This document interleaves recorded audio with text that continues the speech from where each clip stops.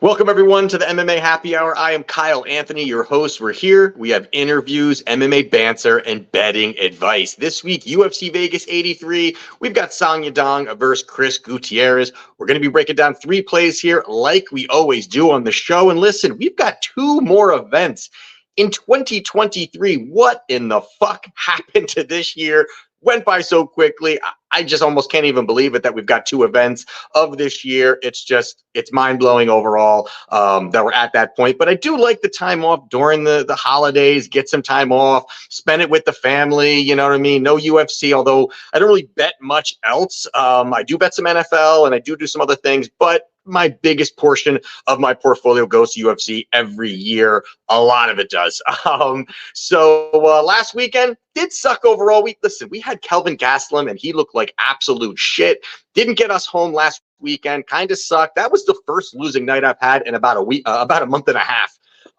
So it's been weeks since we have seen any kind of losing overall, but that is part of the game. That is part of it. We got to take some losses, but we're always back to get those profits. So, before we do, and we kind of dive into the main event, again, down below, if you want to become a client, link down in the description. Wagertalk, I've got plays up right now, discounted price, so take a look. You'll see that link below, as well as our sponsor, Underdog Fantasy Sports. You want to get into that, take a look. I always post up each week on my Twitter. I do a pick'em lineup, free. Take a look at it. Follow me at Kyle Anthony UFC if you want to take a look at that as well. Deposit match for Underdog Fantasy Sports is down below, so take a look at that as well if you're interested.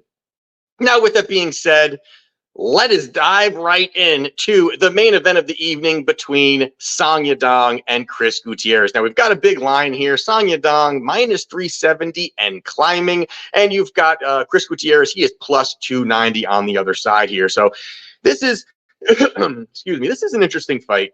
And it's one where I'm kind of confused it's even happening.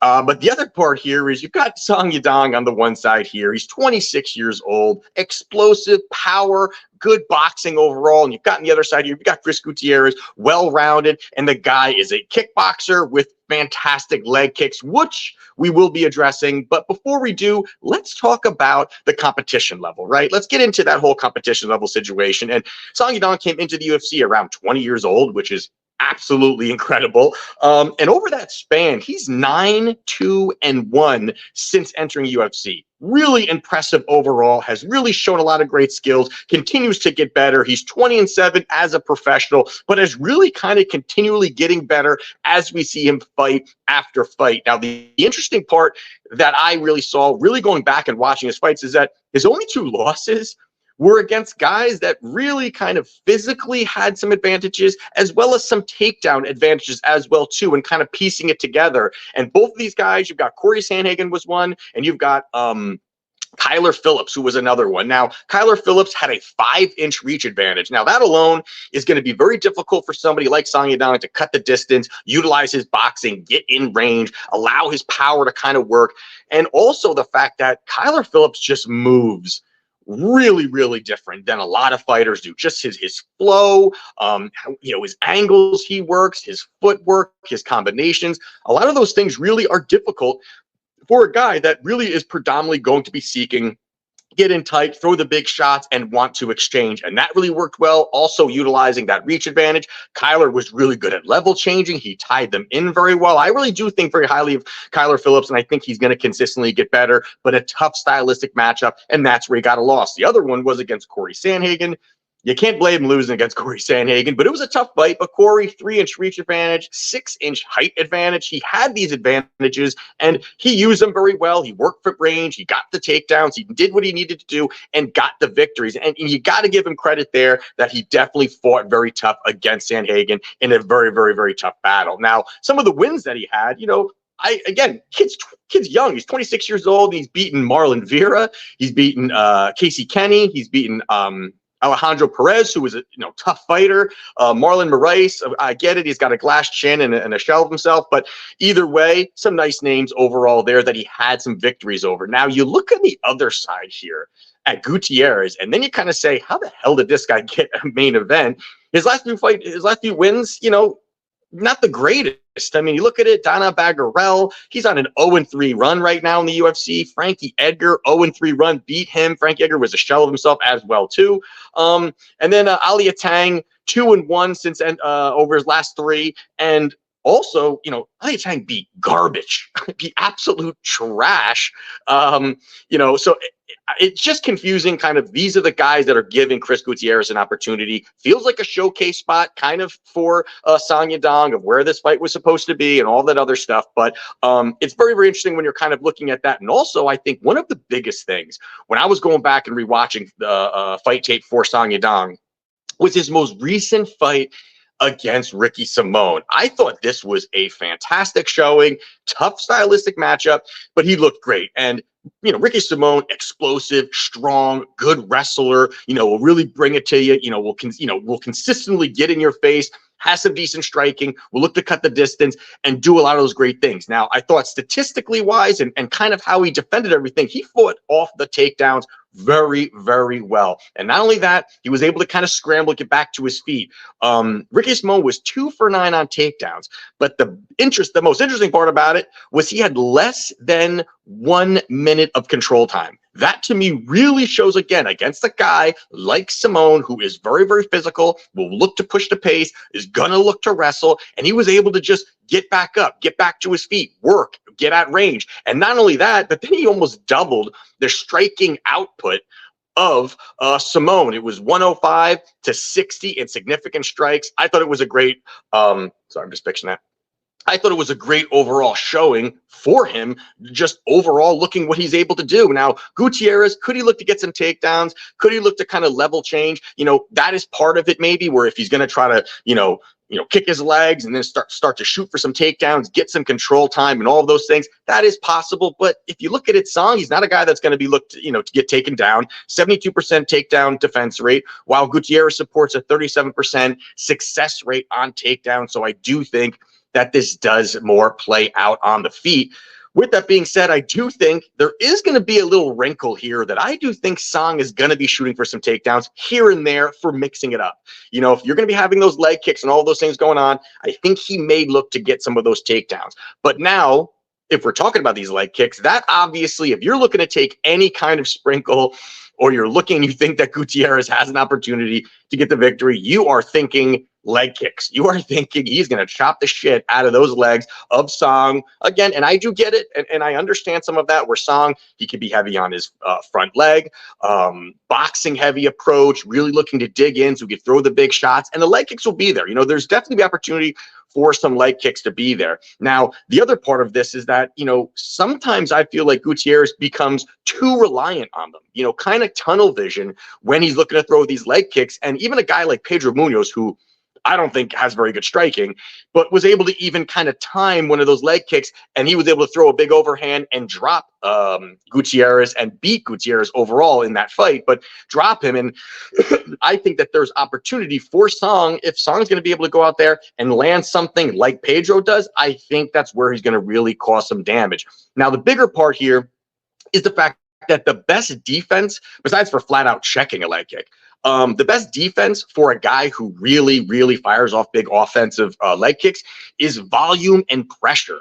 And that is the exact way that Song Yadong just knows how to fight over his career. He's going to push forward. He's going to push the pace. He's going to look to throw the big shots. He's going to get in your face. And those are the things that I think can open up big opportunities, big counter shots, and kind of keeping Gutierrez up against the fence and kind of having his back up against the fence as you're going to see Song marching forward, looking to throw those big shots. We're in the apex cage. I don't think there's going to be as much footwork room for Gutierrez, which, again, Gutierrez likes some space. He wants to work at range. He wants to utilize and chop at the legs, utilize some of his kicks, utilize some of his range. And those are the things that can work for him. Also, the fact that they're both going to have the same reach advantage, which I think is going to be an interesting part when you're talking about that part of it. Yes, he will have the longer legs in Gutierrez, but either way, I really think that Song has improved some of the leg kicking, leg checking ability. I think that his style works very well, where he's going to move forward, look to throw the big shots. And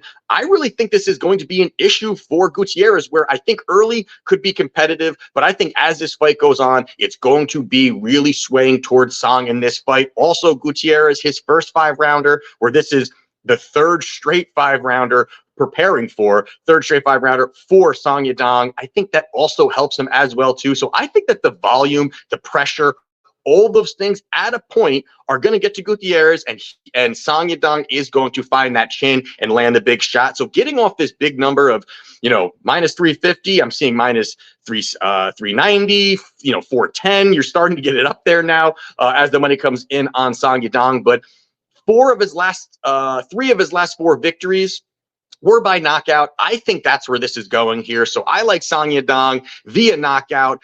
Plus 130, I think, is a good number there. I think he finds the chin, and I think it's worth it. And that's some nice plus money there. So I'm taking Song Yadong via knockout plus 130. Now, the next one here we're going to talk about is Nazar versus Jamie Malarkey.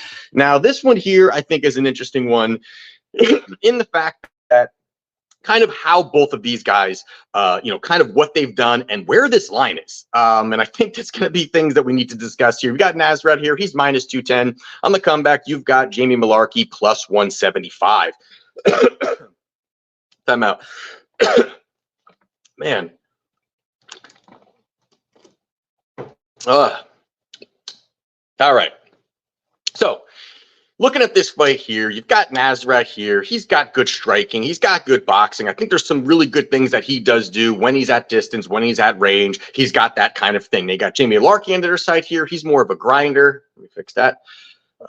More of a grinder, more of a guy who's going to set a pace, wrestle on you, and those are things that he's going to have success with. Now, if this fight plays out on the feet, you got to favor, at least in my opinion, you got to favor Nazar. And I think that's where this line comes from. I think that's why this line is so wide. Is that if this plays out on the feet, I do think that Nazar's striking, his boxing, his range, his quicker combinations. I think that Jamie Malarkey can be a little bit slow and plotty in certain spots. I think his combinations don't develop as quickly as Nazar. Yes, Malarkey, he can work behind the jab. He can start doing those kinds of things. That can help him in this particular spot. But again, if this is on the feet, I think this line could look what we're kind of looking at. Now, the reason why I think this line is probably too wide is the other side of it, where I think that Jamie Malarkey's wrestling path is absolutely there. And the more that I looked at it, the more that, you kind of diving into the data, the footage, there is a vulnerability for Nazar, absolutely, when you're looking at it. Now, the first part here, we just talked about a little bit, is the apex cage. I think that is always going to be something you got to look at when you're handicapping. You got to look at what the cage side is, the footwork of the other guy compared to, is he looking to cut the distance? Now you're in a cage that's 30% less. This is a spot here where Nazar's not going to want to be in any position with his back up against the fence. He's going to want to be in the center of the cage as much as humanly possible, because you've seen that he does have a vulnerability to be taken down. Now, one of the things I think that is is really the big telling sign of this was 4 fights ago when he fought Dan Hooker. Now, Dan Hooker, well-rounded guy, has ability, tough. He's got good striking, durable guy, willing to go in there and battle it out. But he's not known as Mr. Grappler. He's not known as Mr. Wrestler. And what I took away from that was the 3 takedowns that he got on Nazar. But not only that, he had 7 minutes of control time on Nazar, which I think is absurdly high for somebody like Dan Hooker, who you just don't see him do that to anybody. That's not his game. And him having that ability to go out there and get those takedowns and have that kind of success on the top position says a lot about the vulnerability of Nazar, that there is something there that Jamie Malarkey can expose. And I think that will be there if he pushes that pace and he gets on him and he does those kinds of things. It's going to work out very well for him, because again, he just doesn't have the ability to get out of there overall. Now, the other part of it here is some of the things that I think that when you look at recent runs, I love to look at recent runs of fighters, kind of where they are, or where they're headed, who they beat. it's not MMA math, like that kind of shit, but it's, you know, you got to look at kind of, are they elevating? Are they declining? You know, how do they look overall? What have they done? Who have they beaten? You know, are they beating competitive guys overall? And in this spot here, you know, you look at it, Jamie beat, notable guys, Michael Johnson, Francisco Prado, who I actually am pretty high on Prado overall. I think the guy is definitely going to be a rising guy, big power. He goes up there, beats him. He beat John McDessie as well too. And then you also look at who Nazar beat. Nazar beat McDessie, and that was one where I actually thought McDessie won, but you give him that one. He did get that victory. But most recently, fighting Landon Quinones. And this is a guy who comes in on short notice, UFC debut. Nazareth was like a minus 500. And it was a very close, very competitive fight. And Nazareth won, but there was moments where Nazareth looked lost. He looked uncomfortable. And that's just not good, you know. That was right after, you know, he had a debatable against McDessie, where again I thought McDessie won. Now you kind of go back even further to the two fights prior. And the two fights prior, he got absolutely dominated by Bobby Green. Bobby Green landed 188 significant strikes to Nazareth's 76. Went out there and absolutely pieced him up. And the other one was the Dan Hooker fight, where Dan Hooker dominated him, you know, got the takedowns, got all that stuff, got the control time. He outlanded Nazareth in significant strikes, 73-27. Again, not the greatest showing for him overall when you're looking at that. So this is a spot here where I do believe that this line's wide. I think Jamie Malarkey has the ability and that grinding mentality to just continually dive for legs, go for takedowns. He's tough. He's going to get in. He's going to get in tight. He's also, I think, has like a 2-inch reach advantage, if I'm not mistaken, on Nazareth. So he's going to actually be the longer guy. I do think that this works out very well for him, grinding it out. And I just don't like what I've seen with Nazar. Nazar was supposed to kind of be this next thing kind of coming up. You know, he had the hand speed. He looked like Kelvin Gastelum. Fuck Kelvin Gastelum. But he didn't, you know, he kind of looked the part. People were really thinking he looked the part there. And all of a sudden, it's kind of just kind of going away. It's just not there anymore. And he just has not looked the part. And I think this is a spot again. It's a bad stylistic matchup. I think he needs a striker because I think he is going to be taken down. So I do like Jamie Malarkey plus 175 to get the job done. Now, last one quickly I will go over is Tyra minus 550 against Carlos Hernandez plus 410. This line, another one, continually gets wider. Money's coming in on Tyra, and I get it. Now, looking at this fight here, you've got Tyra 14-0, rising prospect, 4-0 in the UFC, has looked great overall. And then your side here, you've got Carlos Hernandez, 9-2 since 9-2 in professional career, 3-1 in the UFC, including his Dana White Contender Series win. Now, when I first dove into this one, when I was first diving into all the footage and kind of where do I want to go? Because when I'm looking at the card, you know, I'm kind of looking first at, you know, what do I see as just that pops out on the page? And this one popped out, and you're kind of saying, hey, this has got to be one of those ones where, hey, this is looking like a finish. This is looking like one of those ones where he's going to go out there and get the job done. I mean, he's got 14 victories, 7 by submission, 3 by knockout. So high probability that this guy has been looking for the finish, and he's been successful doing it. Now, the other part of it that you look at here is really his last few fights, and in the UFC is going to be more important than what he did outside of the UFC.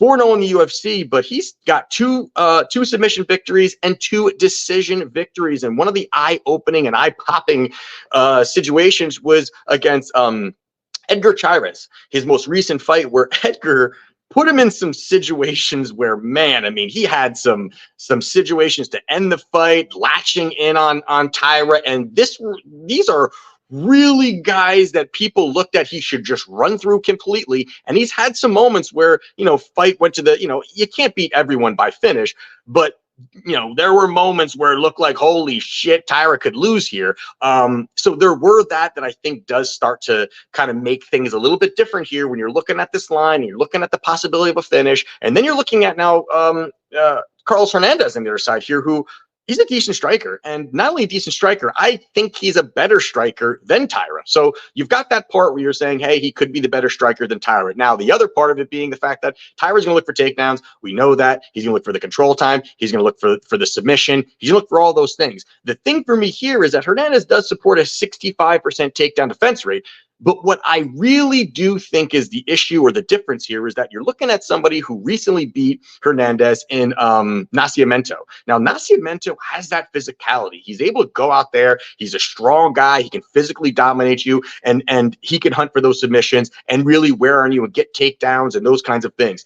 My big issue with Tyra and where this fight could go as in a path to victory for him, you're looking at it, he doesn't have the physicality. He just doesn't have the strength to get a takedown. He can, and a lot of times he'll just latch onto you and find a way to just force you to get to the ground, which of course is a possibility here. The guy is lethal, but he's just not physically strong. Technically, he is top left. I mean, the guy is very, very well put together when you talk about his technical skills on the ground and his knowledge and just how slick he is and how he finds the back and, his transitions, his reversals. I mean, the guy is just lethal when it comes to the ground game. But the physicality part to me, I think makes this very difficult. Also, the fact that Hernandez does have a nice BJJ background, so he does have credentials where I think he can at least survive. If the fight gets to the ground, there will be a chance for him to survive, a chance for him to battle it out a little bit. And again, if this is on the feet, I think that it's a very, very close fight. And I think even edging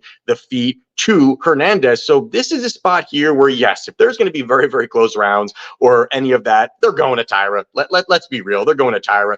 But I think this is a spot here where it gets to the decision. I think this is a spot where Tyra is going to have moments. He's going to have positional control, or he's going to be at least doing enough and banking around, but just not getting that finish. And I think that Hernandez, tough guy. It's not as easy. I think that this is someone he could just run absolutely through, but I do think he gets the victory.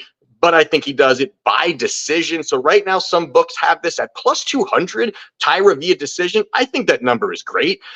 Getting off this big, minus 550, heading to minus 600, you get a plus 200 number here on a guy that is 50-50 on finishes in the UFC, next caliber up. You can tell that he's not going to run through everybody. There will be some tough moments. I think this is going to be one of them. It'll be closer than this line indicates. And I do like Tyra via points plus 200. So there you have it for UFC Vegas 83. Got the breakdown. Let's see how we do. If you want to become a client, link down in the description. And we got one more event next week. Excited about it. Great card overall. And let's see how we do. See you next week. Let's cash.